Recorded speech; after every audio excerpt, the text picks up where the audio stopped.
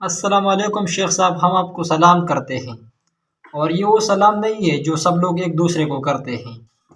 ہم آپ کو اس لیے سلام کرتے ہیں کیونکہ ہمیں آپ پر فخر ہے۔ آپ پیپا ورلڈ کپ میں جس طرح دین کی خدمت کرتے ہیں، اس طرح کام تو نہ کسی نے کیا ہے اور نہ کوئی کر سکتا ہے۔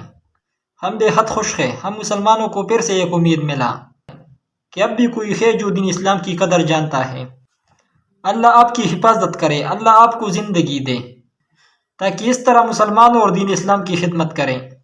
ہم آپ کی قدر کرتے ہیں، آپ کی قدر کریں گے، آپ کو گنوانا نہیں چاہتے۔ جس طرح ہم نے ماضی میں امریکہ کی سازشوں سے کام کے لوگوں کو ضائع کیا ہے، جس میں نام آتا ہے صدام حسین کا، جس کے نام سے بھی یہودی گھبراتے تھے، اسی طرح قذافی کا نام آتا ہے، وہ تو سبھی جانتا ہے، اسی پر تو بات کرنے کی ضرورت نہیں ہے۔ اس طرح سعودی عرب کو شاہ فیصل صاحب ملا تھا، پاکستان کو ایک دلیر آدمی ملا تھا، بھٹو صاحب، ذوالفقار علی بھٹو صاحب۔ یہ سب جو طے کام کے لوگ تھے، مگر ہم لوگوں نے اپنے ہاتھوں سے ضائع کیے ہیں۔ اب جو ایک امید ہے وہ صرف آپ ہے اور ایک ترکی کا صدر رجب طیب اردوان ہے۔ آپ دونوں سے پوری دنیا کے مسلمانوں کی امیدیں باندھی ہوئی ہیں۔ شیخ صاحب، آپ جو کر رہے ہیں، ہمارے پاس الفاظ نہیں ہے اس کو بیان کرنے کے لیے کہ ہم کتنے خوش ہیں۔